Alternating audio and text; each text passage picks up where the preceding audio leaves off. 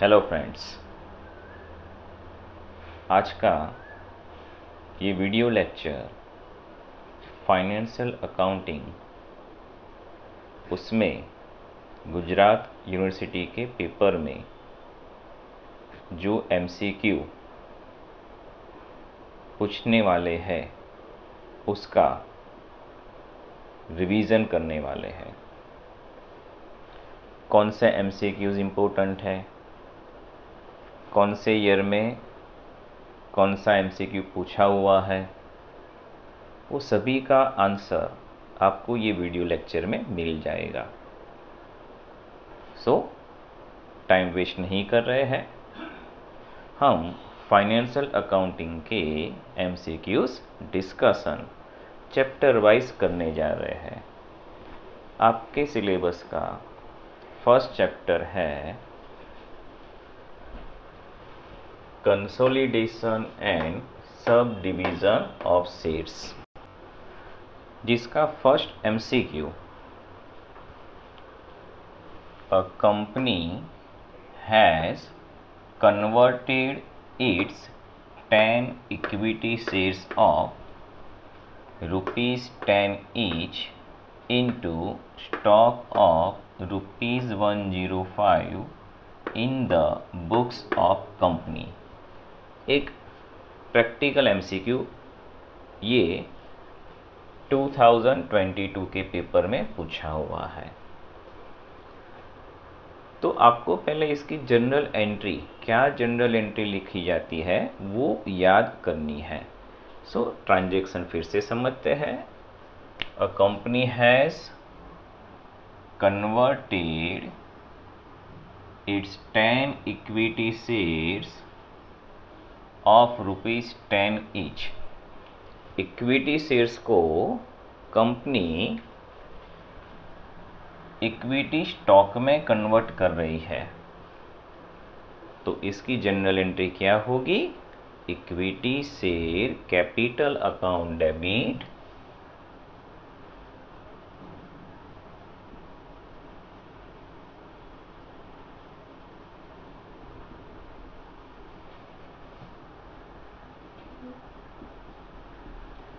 जिसमें रुपीज़ आने चाहिए 10 shares into 10 rupees. So debit होना चाहिए 100 रुपीज़, समझो बराबर। यहाँ पे 10 इक्विटी शेयर लिखा है, 10 रुपीज़ है। सो कैपिटल में डेबिट होगा 10 इंटू 10, 100 रुपीज़। उसके सामने कितनी अमाउंट का स्टॉक कन्वर्ट होता है? तो स्टॉक की वैल्यू है 105। स्टॉक को आपको क्रेडिट करना है। So to equity stock account credit होगा 105। अब यहाँ पे डिफरेंस, डेबिट 100 रुपीज़ हुआ, क्रेडिट 105 हुआ, दोनों का डिफरेंस डेबिट में 5 रुपीज़ आ रहा है अभी। अब ये जो 5 रुपीज़ है उसको हम इक्विटी स्टॉक डिस्काउंट बोलेंगे, स्टॉक डिस्काउंट अकाउंट। सो ये 5 रुपीज़ क्या है? स्टॉक डिस्काउंट अकाउंट डेबिट करना है। तो ये पूरा एंट्री आपका हो गया। अब जो नीचे एमसीक्यू में ऑप्शन थे वो समझो, कौन सा ऑप्शन सही है वो हमें सिलेक्ट करना है।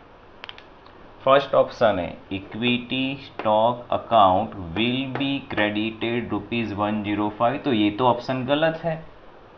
Equity stock account credit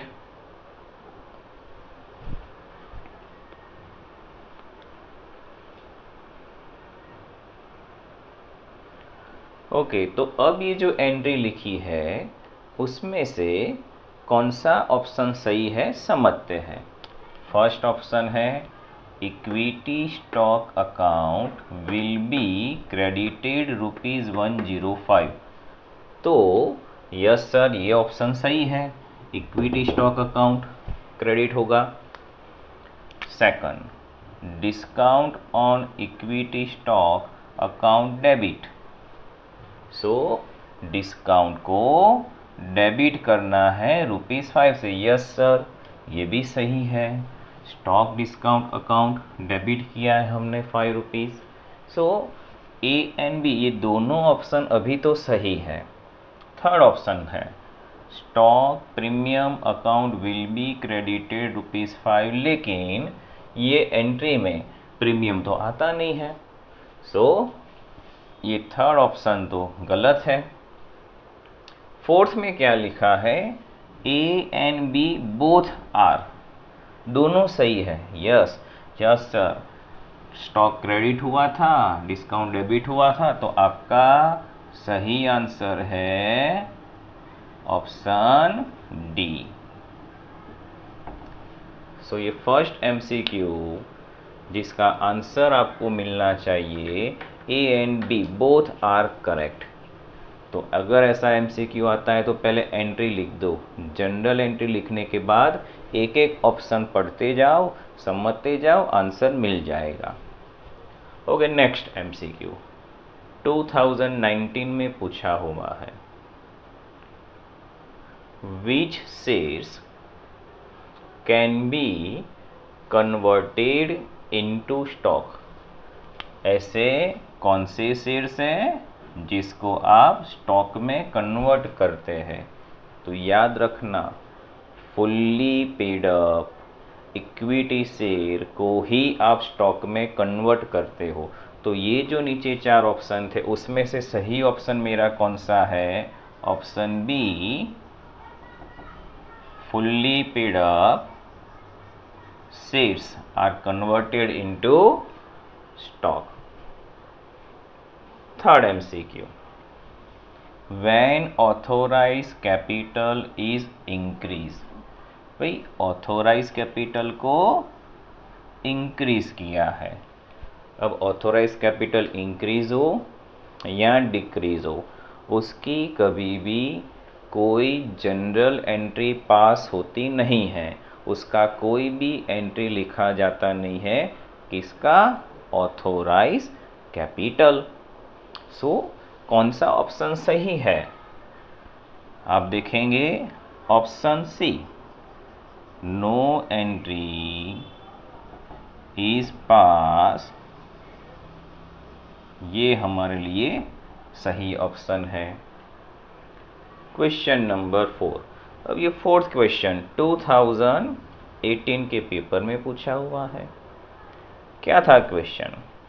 converting the shares of high value into shares of small value. समझना, कंपनी क्या करती है, जो हायर वैल्यू की कैपिटल है उसको स्मॉल वैल्यू में कन्वर्ट करती है।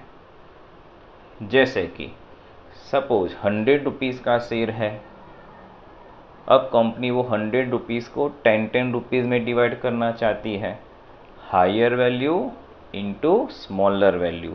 तो इसको हम बोलते हैं sub division.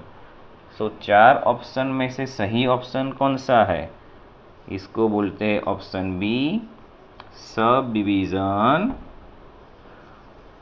Of shares. Option B is a correct. देखो कैसे याद रखना है, आप हायर वैल्यू को स्मॉल वैल्यू में कन्वर्ट करते हो, वो कब पॉसिबल है? उसको जब डिवाइड करते हो। तो याद रखो सब डिवाइड। सो ये जो पेपर था, मीन्स ये जो चैप्टर था consolidation and sub division of shares, इसमें से ये 4 MCQ आपको देखकर, याद करके, समझकर यूनिवर्सिटी एग्ज़ाम के पेपर में जाना है। हाँ, लास्ट में थोड़ा एडवांस बता देता हूँ। अगर ऐसा लिखा होता smaller value into higher value, तो उसका आंसर बाजू में वो लिख भी देता हूँ। ये फोर्थ क्वेश्चन बराबर, ये MCQ 2 तरीके से आ सकता है। अगर लिखा होगा small value into high value. यहाँ पे क्या था, हाई वैल्यू को स्मॉल में कन्वर्ट करना था तो उसको सब डिवीज़न बोलते हैं, लेकिन स्मॉल वैल्यू को हाई वैल्यू में कन्वर्ट करते हैं तो उसको बोलते हैं कंसोलिडेशन। तो उसका आंसर क्या आएगा, उसका आंसर इज, उसको क्या बोलेंगे, consolidation of shares.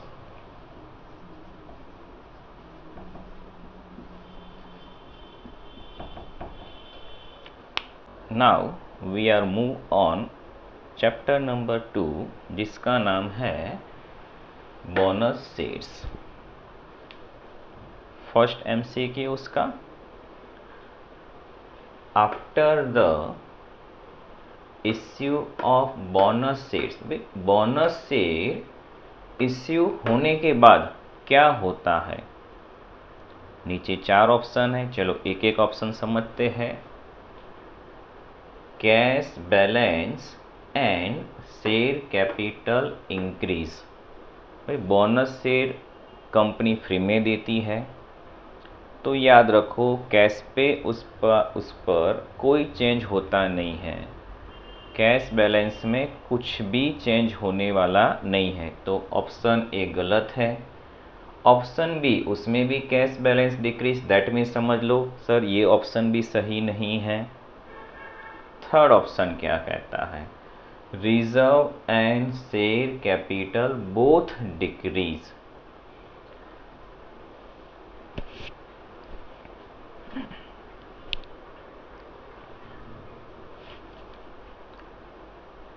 Now we are move on second chapter जिसका नाम है बोनस शेयर्स। उसका first MCQ, after the issue of bonus shares. Bonus share देने के बाद क्या होता है, तो उसका बेसिक कंसेप्ट आपको पता होना चाहिए। बोनस शेयर देने से कंपनी का शेयर कैपिटल इंक्रीज होता है और बोनस फ्री में दिया जाता है। That means bonus always reserve में से दिया जाता है, तो रिजर्व डिक्रीज होती है and equity share capital increase होता है। सो चारों में से सही ऑप्शन लास्ट ऑप्शन है, चेक करो। Reserve decrease and share capital increase. सही ऑप्शन कौन सा है, ऑप्शन डी। तो बोनस शेयर देने से रिजर्व कम होती है एंड शेयर कैपिटल इंक्रीज होता है। Second MCQ, to whom bonus shares can be given. भाई कंपनी बोनस शेयर कौन से पर्सन को देती है, याद होना चाहिए sir. Bonus share equity share holders को ही दिया जाता है, प्रेफरेंस शेयर होल्डर को बोनस कभी नहीं मिलता है, डिबेंचर होल्डर्स को बोनस कभी नहीं मिलता है। तो सेकंड जो क्वेश्चन है उसका सही आंसर है B, equity share holders. Third question, bonus shares can be issued from. भाई बोनस से रिजर्व में से दिया जाता है, रिजर्व में से कंपनी बोनस देती है, लेकिन कौन से रिजर्व में से, ये क्वेश्चन उसको एडवांस लेवल पे ले जाता है। चलो यहाँ समझते हैं। सो bonus share can be issued from, आपके पास 4 ऑप्शन है। रिजर्व कैपिटल में से बोनस कभी दिया नहीं जाता है। थर्ड ऑप्शन था profit arising out of revaluation of fix assets. आपको प्रॉफिट मिला है, लेकिन कब, रीवैल्यूएशन। आप जब भी कोई एसेट्स की वैल्यू चेंज करते हो, रीवैल्यूड करते हो, तो उसको बोलते हैं रीवैल्यूएशन। तो इसमें से भी बोनस नहीं दिया जाता है। तो याद रखना, reserve capital and profit arising out of revaluation of fix assets, उसमें से कभी बोनस नहीं देते हैं। तो ये जो बी ऑप्शन है ना, it's a correct answer. Bonus share can be issued from capital reduction reserve, ये रिजर्व में से आप बोनस दे सकते हो। Fourth MCQ, company can issue bonus shares out of, देखो ये थर्ड एमसीक्यू एंड 4 एमसीक्यू दोनों सेम है। हाँ, उसके ऑप्शन अलग अलग है। दोनों का मीनिंग एक है, आप बोनस कौन से रिजर्व में से दे सकते हो। चलो फोर्थ एमसीक्यू समझते हैं। कैपिटल में से बोनस नहीं दिया जाता है, रिजर्व कैपिटल में से भी बोनस नहीं दिया जाता है। तो सर कैपिटल रिजर्व में से हम बोनस दे सकते हैं। तो करेक्ट आंसर है आपका capital reserve. Next MCQ number 5, minimum time period for 2 bonus issues must be. Company ने फर्स्ट टाइम बोनस दिया और फिर कंपनी सेकंड टाइम बोनस देने जा रही है। 2 बोनस के बीच में मिनिमम कितना टाइम होना चाहिए। तो याद रखना डियर स्टूडेंट्स, बोनस के लिए कोई टाइम फिक्स नहीं है, there is no any specific time. तो आपके जो ऑप्शन है उसमें 12 मंथ भी गलत है, 24 मंथ नहीं है, 36 मंथ, कोई टाइम फिक्स ही नहीं है। सो सही ऑप्शन है D, none of these otherwise not fix. बहुत ही इजी एमसीक्यू है ये। Next MCQ, use of bonus out of following cannot be made for making partly paid to fully paid। अब इसका मीनिंग समझना, ये समझना पड़ेगा।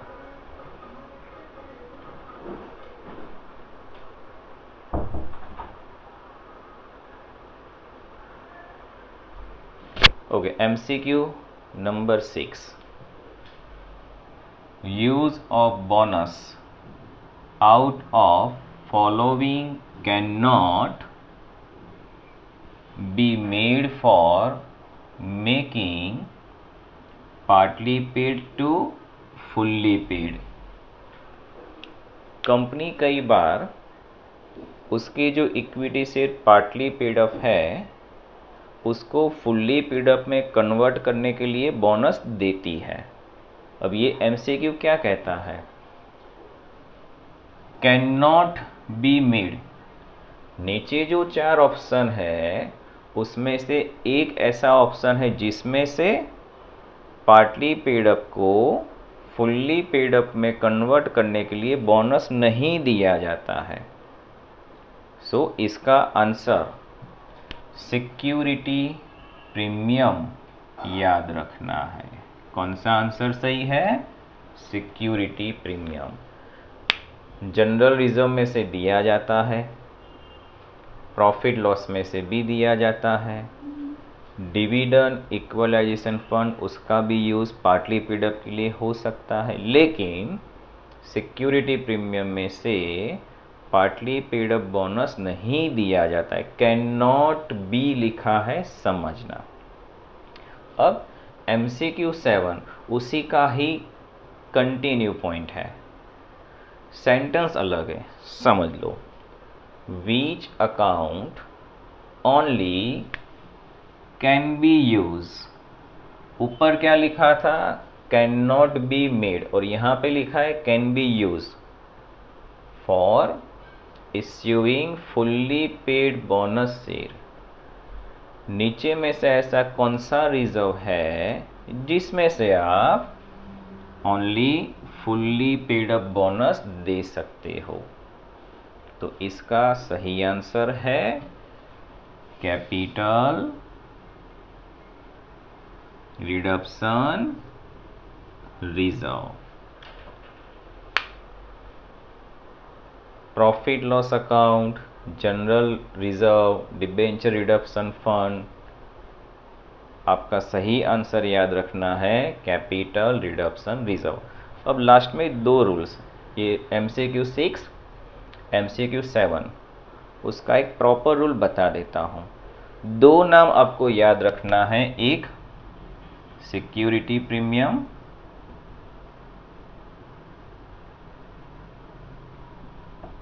Second capital reduction reserve. ये दो रिजर्व ऐसी है जिसमें से बोनस शेयर दिया जाता है, लेकिन कौन सा बोनस शेयर दिया जाता है?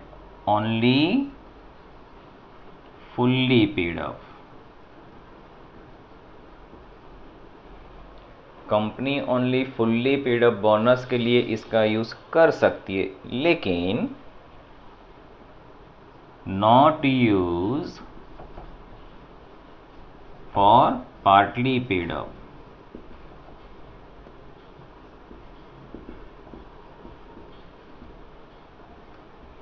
पार्टली पेड अप बोनस के लिए इसका यूज आप कर सकते नहीं हो। अब हम थर्ड चैप्टर उसके MCQ डिस्कस करने जा रहे हैं, जिसका नाम है reduction of redeemable preference shares. जब कंपनी प्रेफरेंस शेयर के पैसे वापस देती है, रिडीम, तो भाई फर्स्ट MCQ क्या है? इनफैक्ट फर्स्ट 2 MCQ 2022 उसके पेपर में पूछे हुए हैं। क्या है? Redeemable preference share cannot be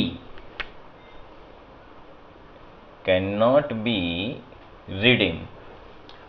company preference share वापस कर सकती नहीं है, cannot be redeemed। तो कौन से ऑप्शन है, पहले समझ लेते हैं। At cost price, at discount, at premium and none of this. As per companies act, company कभी भी डिस्काउंट से प्रेफरेंस से रिडीम कर सकती नहीं है। दैट मीन्स इसका सही आंसर क्या है? Option B, at discount. Discount से रिडीमेबल प्रेफरेंस शेयर वापस किया जाता नहीं है।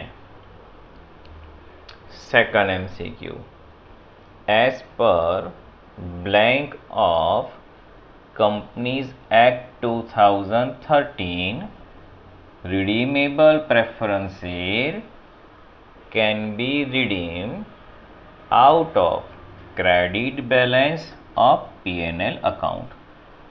मीनिंग है इसका, एज पर कौन सा अंडर सेक्शन? कंपनीज एक्ट में अलग अलग अंडर सेक्शन होती है, कलम जिसको हम बोलते हैं। कौन सी कलम के बेस पर आप, सेक्शन के बेस पर आप प्रेफरेंस शेयर के पैसे वापस कर सकते हो? याद रखना, अंडर सेक्शन 55। तो नीचे के ऑप्शन में देखो, सही ऑप्शन इज ए, सेक्शन 55। इस अंडर सेक्शन में आपको अलग अलग रूल्स मेंशन किए हैं कि आपको प्रेफरेंस शेयर कैसे वापस करने हैं। Third MCQ, when preference shares are redeemed at a premium, आप प्रेफरेंस शेयर प्रीमियम से जब रिटर्न करते हो, the provision for premium amount is made from, तो ये जो प्रीमियम है उसका प्रोविजन आप कहाँ से करेंगे? तो रिडीमेबल प्रेफरेंस शेयर का जो प्रीमियम है उसकी प्रोविजन सिक्योरिटी प्रीमियम में से ही किया जाता है। तो नीचे ऑप्शन देखना, सही ऑप्शन है बी, सिक्योरिटी प्रीमियम अकाउंट। अगर ऐसा एमसीक्यू है, इसको थोड़ा अलग वर्ड्स में भी पूछा जाता है, reduction premium can be written of against, आप रिडीमेबल प्रीमियम कौन सी वैल्यू के सामने रिटर्न ऑफ कर सकते हो? तो उसका भी आंसर सिक्योरिटी प्रीमियम ही आता है, याद रखना। Next MCQ number 4, as per section 55, देखो आ गया ये एमसीक्यू में, सेक्शन 55 वो याद रखना है। Redeemable preference share can be redeem out of, अब ये एमसीक्यू क्या कहता है, नीचे के कौन से ऑप्शन में से आप रिडीमेबल प्रेफरेंस शेयर वापस दे सकते हो?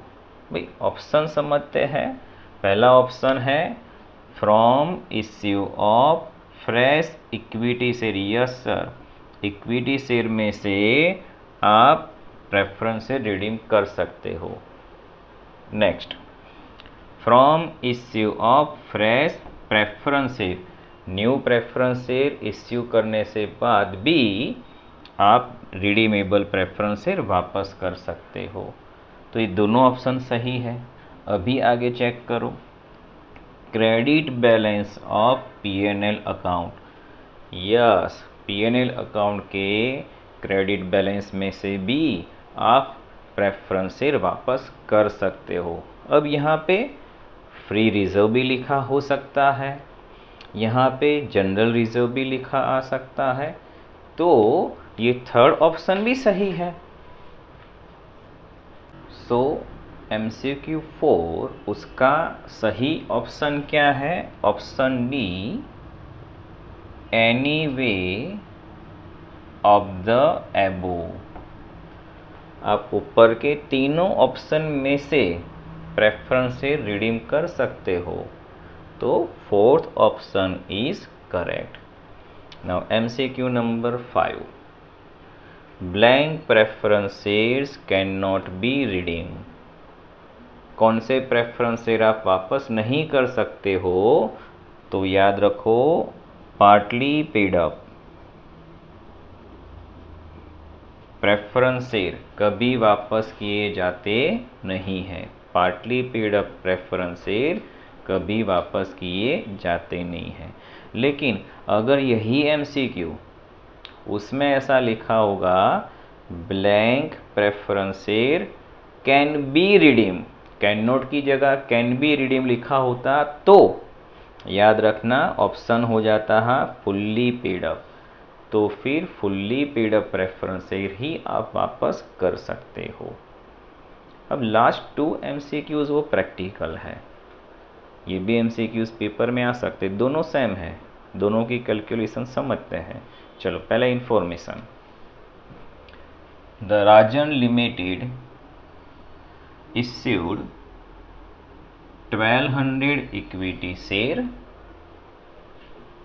Of ₹50 at 10% premium in order to redeem 1000 preference share of ₹100 at 10% premium। सो यहाँ पे प्रेफरेंस शेयर के पैसे वापस करने के लिए company new equity share issue करती है। तो वर्किंग कैसे होगी समझते जाओ। सबसे पहले आपको लिखना है प्रेफरेंस शेयर कैपिटल, जिसका फेस वैल्यू बताना है। तो कितने प्रेफरेंस शेयर रिडीम करने थे? 1000। और उसकी प्राइस, उसकी फेस वैल्यू 100 रुपीज़ है। 1000 इंटू 100 रुपीज़ 1 लाख। हमें टोटल 1 लाख उसका 2 पार्ट्स करना है अभी। अब ये 1 लाख कैसे कलेक्ट होगा? तो एक ऑप्शन को पता चला बाय इक्विटी शेयर कैपिटल। कितनी इक्विटी शेयर कैपिटल इश्यू की है? 1200 इक्विटी शेयर 50 रुपीज़ से। सो 1200 इंटू 50 रुपीज़ करेंगे, आंसर 60,000 आएगा। अब 1 लाख में से 60,000 रुपीज़ आपको मिल गए। बाकी कितनी प्रोविज़न रह गई, जिसको हम बोलेंगे कैपिटल रिडक्शन रिजर्व, शॉर्ट में CRR। रुपीज़ 40,000 बाकी रह गया। कैसे आया 40,000? 1 लाख में से 60,000 माइनस कर दो, 40,000 आएगा। तो क्वेश्चन क्या था? The amount to be transfer to capital reduction reserve. भाई हमें कैपिटल रिडक्शन रिजर्व में कितने पैसे ट्रांसफर करने हैं? So answer is 40,000। Option C is a correct answer. अब ये MCQ में नोटिस करना, प्रीमियम का यूज़ कहीं पर भी करना नहीं है। इक्विटी शेयर 10% प्रीमियम से इश्यू हुए थे, प्रेफरेंस से 10% प्रीमियम से रिडीम करने, उसका यूज़ कहीं पर भी करना नहीं है। चलो लास्ट MCQ भी उसी तरह का है, समझ लो। X company decide to redeem, कितने प्रेफरेंस से रिडीम करने हैं? 60,000 ऑफ ₹10, उसका फेस वैल्यू है 10। तो आपकी ये first working preference share capital, उसकी face value 60,000 shares into 10 rupees करूँ तो ₹6 लाख मिलेगा हमें। क्लियर? अब आगे, for that they issue 4,000 equity share of ₹100 at 10% premium. लेकिन प्रीमियम का तो यूज़ करना नहीं है, तो कितने इक्विटी शेयर इश्यू किए?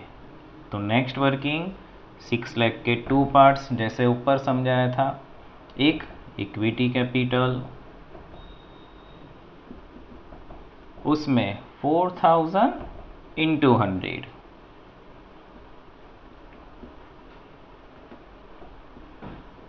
Answer is ₹4 lakh. अब बाकी कितनी प्रोविज़न रह गई, जिसके लिए हमें लिखना है capital reduction reserve CRR। 6 lakh minus 4 lakh, remaining amount ₹2 lakh. तो कितना अमाउंट कैपिटल रिडक्शन रिजर्व में ट्रांसफ़र करना था? Then amount transfer to capital reduction reserve, answer is option B 2 lakh. Now we are discuss MCQ of chapter number 4, buyback of shares, right? Buyback of shares. First MCQ,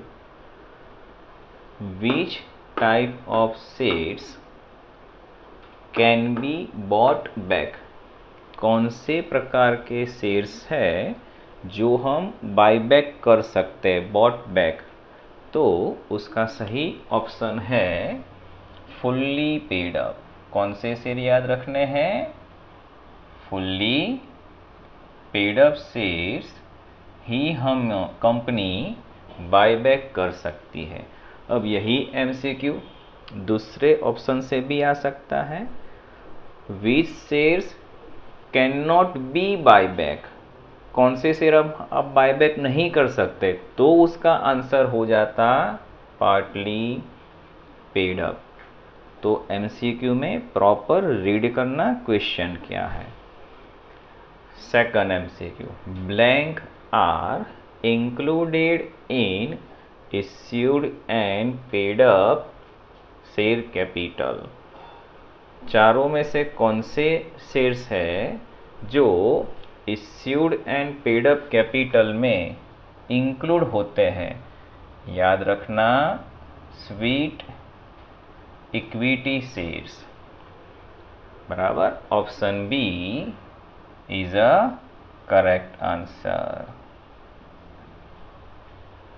third MCQ, under blank process the price per share is not pre-decided by the company। ऐसी कौन सी process है जिसमें equity share की price पहले से pre decided नहीं होती है? तो इसको हम बोलते हैं बुक बिल्डिंग प्रोसेस। क्या बोलेंगे? बुक बिल्डिंग प्रोसेस बोला जाता है।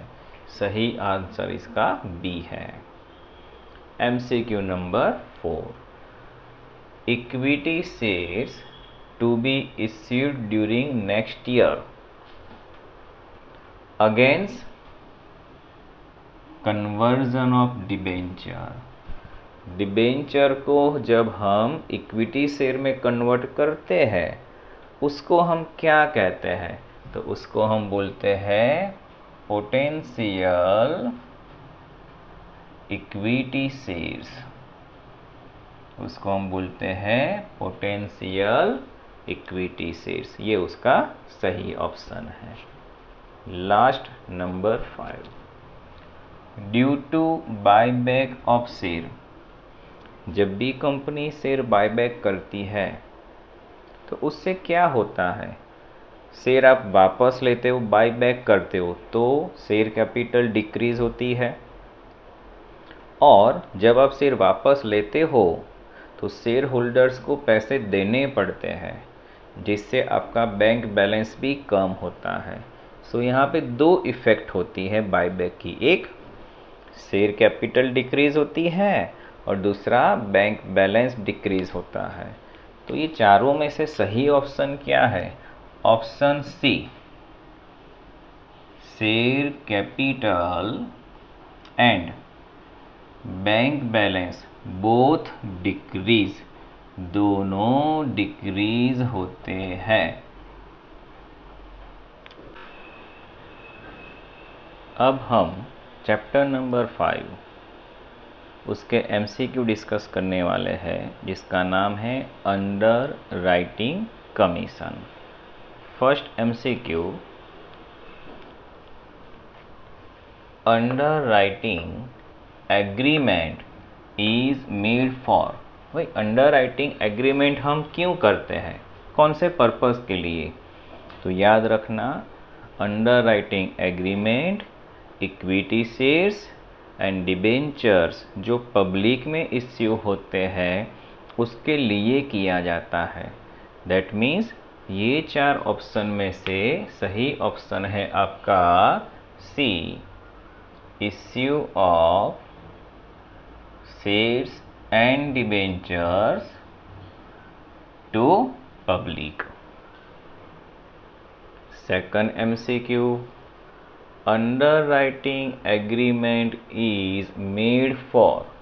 अब देखो ऊपर वाला जो एमसीक्यू है फर्स्ट, सेकंड, दोनों का क्वेश्चन सेम है लेकिन ऑप्शन अलग अलग है। अब हमने समझा दिया शेयर्स डिबेंचर जो पब्लिक के लिए इश्यू होते हैं उनके लिए ही अंडर राइटिंग किया जाता है। अब ये सेकंड क्वेश्चन में देखना, यहाँ पर ये वाला ऑप्शन नीचे नहीं दिया है, तो आपका सही आंसर यहाँ पे क्या होगा? नन ऑफ दिस, बराबर ऑप्शन डी।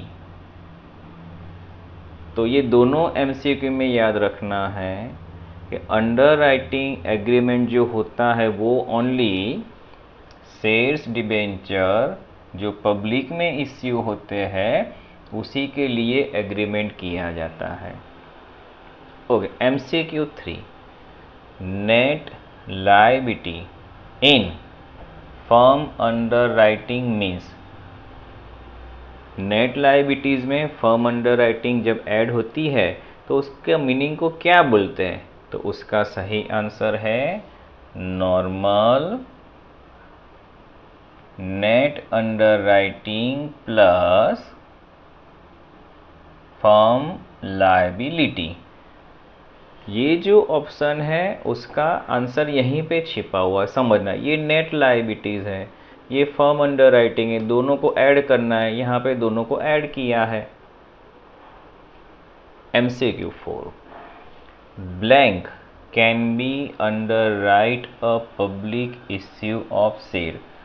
ऐसा कौन सा पर्सन है जो अंडर राइटिंग कर सकता है? तो जो ऑप्शन है समझो, फर्स्ट ऑप्शन है एन इंडिविजुअल, यस ये सही ऑप्शन है। एक सिंगल पर्सन अंडर राइटिंग कर सकता है। उसके नीचे मोर देन वन इंडिविजुअल, ये भी सही है। एक से ज़्यादा अंडर राइटर भी हो सकते हैं। Next option a finance company, yes कोई फाइनेंस कंपनी है वो भी अंडर राइट कर सकती है।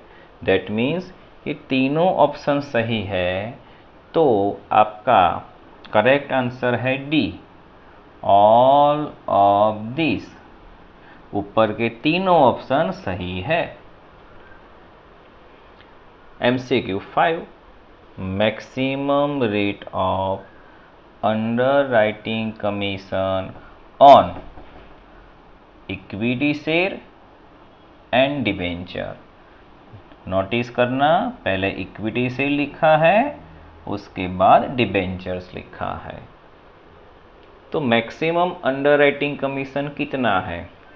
इक्विटी शेयर पर 5%, डिबेंचर्स पर 2.5% on issue price. That means first, okay second option हमारा करेक्ट है B, 5% and 2.5% on issued price.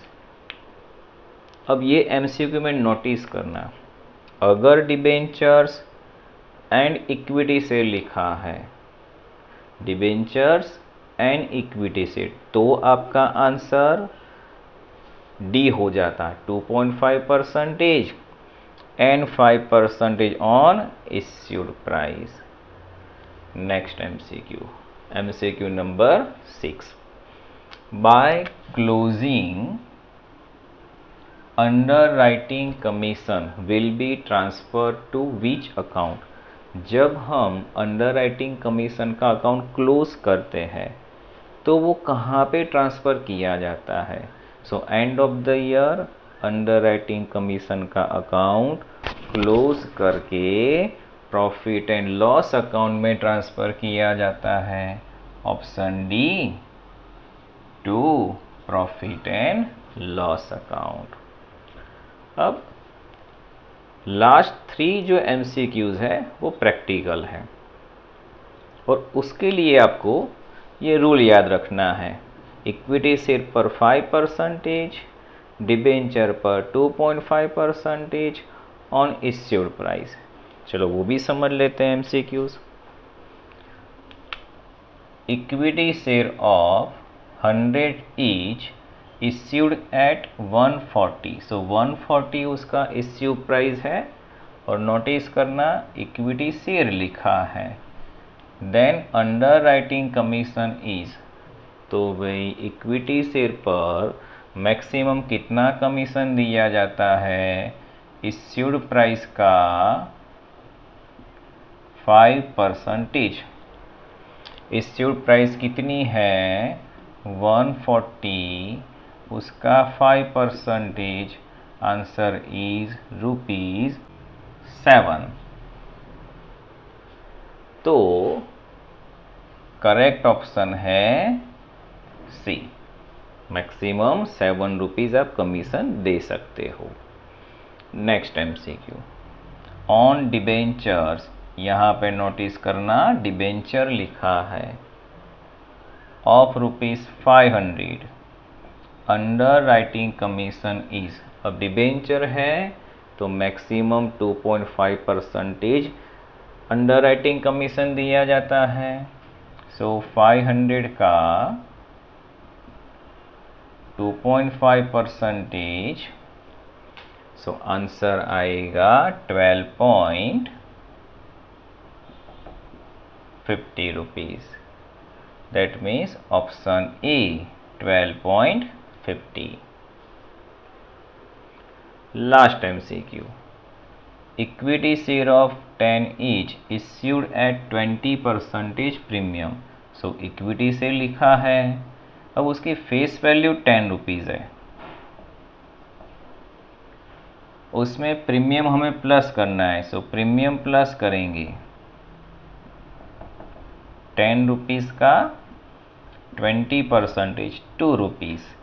सो ये 12 रुपीज़ हो गया इश्यूड प्राइस, और ये 12 रुपीज़ का अगर हमें कमीशन काउंट करना है, इक्विटी शेयर है तो उसका 5%, तो कमीशन कितना होना चाहिए? ₹6। Correct option is B. Now chapter number 6 जिसका नाम है कैपिटल रिडक्शन, उसके MCQ डिस्कस कर रहे हैं। First MCQ after completion of scheme of capital reduction balance is transfer to. तो जब कैपिटल रिडक्शन का स्कीम ख़त्म हो जाता है तब कैपिटल रिडक्शन का जो भी बैलेंस है हम कहाँ पे ट्रांसफ़र करते हैं? तो उसका सही आंसर है transfer to capital reserve account. सही option C capital reserve account. अब यही सेम MCQ अलग वर्ड्स में नीचे लिखा है। Under the scheme of capital reduction balance left in capital reduction is transfer to. That means balance left in capital reduction, जितना balance capital reduction में बाकी रह गया है वो कहाँ पे ट्रांसफ़र होता है? Obviously transfer to capital reserve account. Third MCQ after implementing the scheme of capital reduction of the company is. जब भी आप कैपिटल रिडक्शन की स्कीम इम्प्लीमेंट कर लेते हो उसके बाद फिर कंपनी का क्या होता है? कंपनी चालू रहती है, बंद होती है? नीचे ऑप्शन है, कंपनी विल बी कंटिन्यू। सो सही आंसर है A continue. Fourth MCQ when arrears of preference dividend is declare then it is considered as a loss and it is debited to। कौन से अकाउंट में प्रेफरेंस से dividend debit होता है? तो इसका जनरल एंट्री याद होना चाहिए, capital reduction account debit to preference से डिविडेंड अकाउंट। दैट मीन्स कौन से अकाउंट में डेबिट होता है? कैपिटल रिडक्शन अकाउंट में। सही ऑप्शन है B capital reduction account. MCQ number 5 when balance of security premium is to be written off the balance of capital reduction fund is. जब हम सिक्योरिटी प्रीमियम उसके balance को written off करते हैं तो उससे कैपिटल रिडक्शन अकाउंट का balance increase होता है। Answer is A, increase. Number 6, blank is debited when contingent liabilities is paid। जब हम कंटीजेंट लाइबिलिटीज को पेड करते हैं तो कौन सा अकाउंट डेबिट होता है? तो इसका भी जनरल एंट्री याद रखना है। Capital reduction account debit to bank लिखा जाता है। दैट मीन्स क्वेश्चन था डेबिट के लिए, कौन सा अकाउंट डेबिट होगा? तो answer is C, capital reduction account. Next MCQ, important reason for capital reduction is. Capital reduction करने का कौन सा रीजन है, कौन सा कारण है इम्पोर्टेंट? तो यहाँ पे याद रखना है, जब कंपनी की ओवर कैपिटलाइजेशन की कैपेसिटी हो जाती है। ओवर कैपिटलाइजेशन मीन्स उसका एक्चुअल जितना कैपिटल है उससे भी ज़्यादा हो गया है, उस वक्त उसको कैपिटल रिडक्शन हमें करना पड़ता है। So answer C, over capitalisation.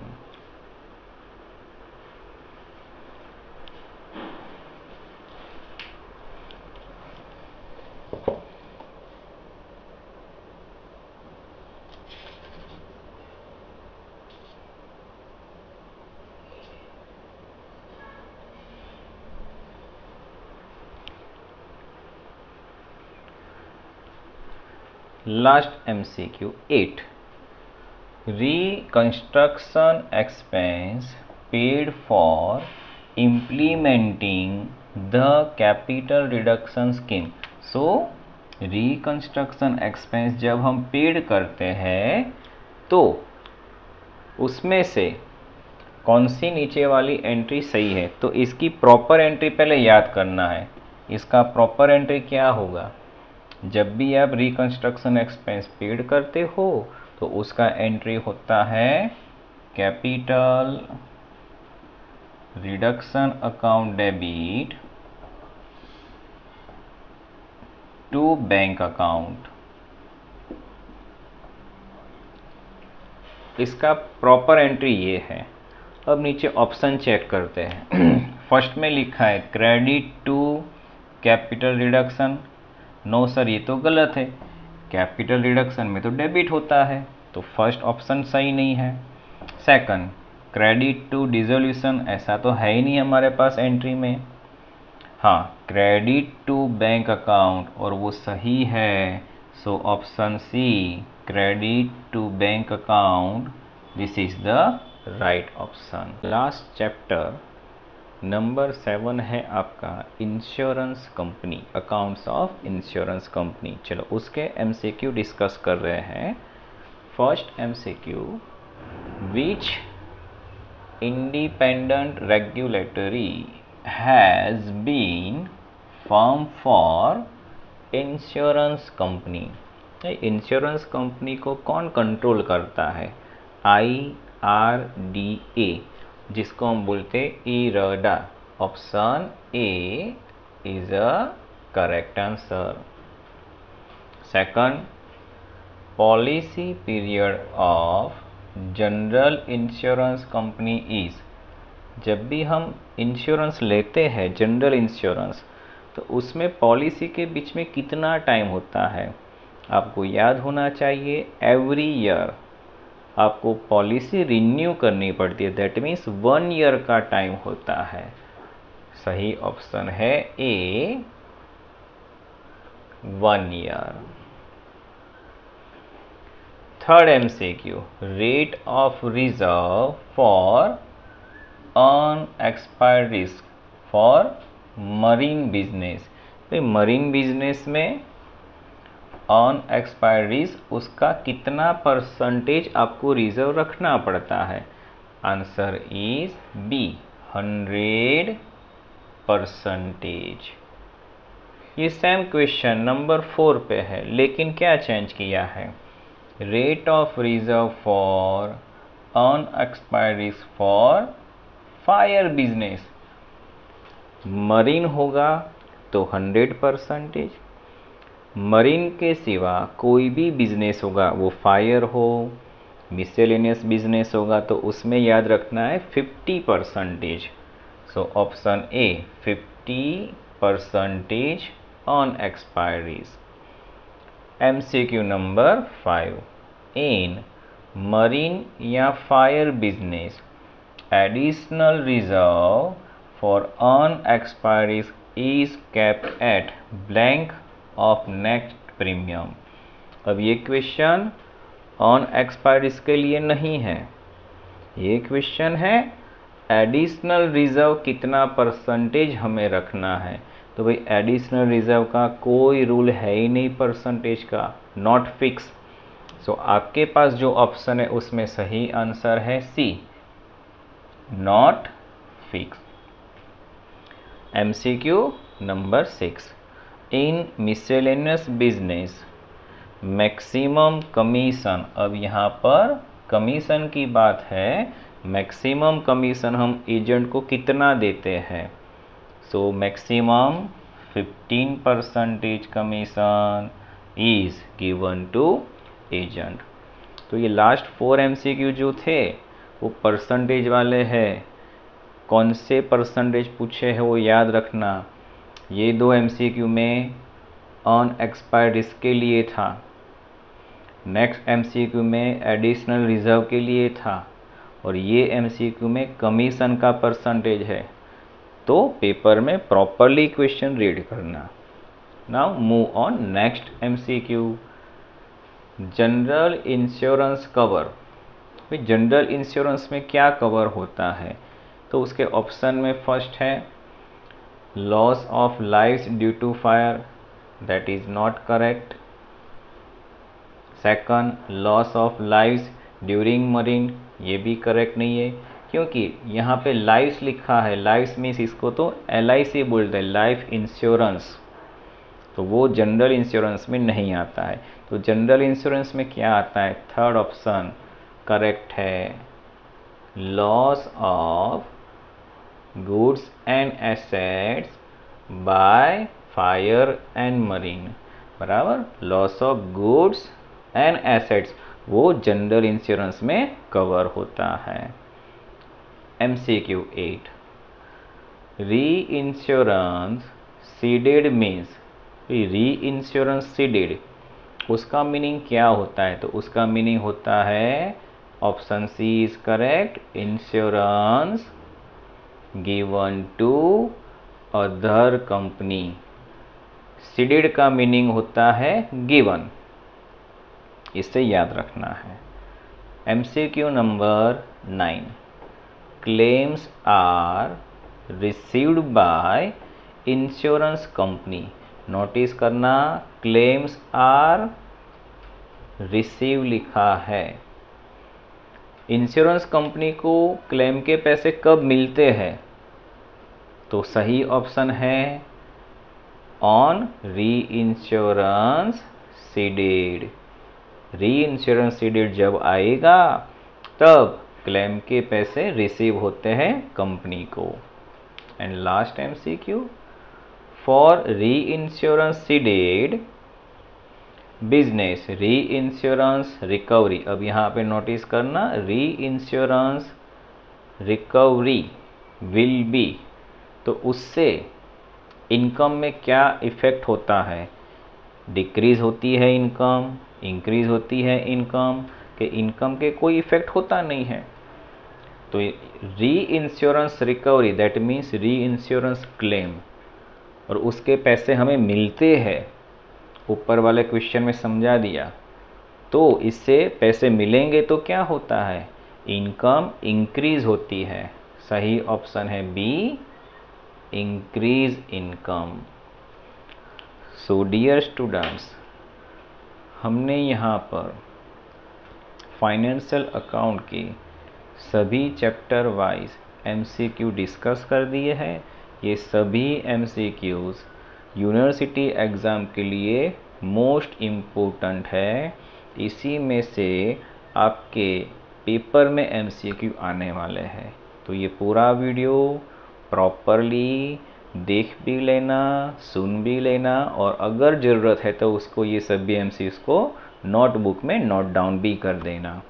So have a good day dear students, enjoy your life. Bharat माता की जय।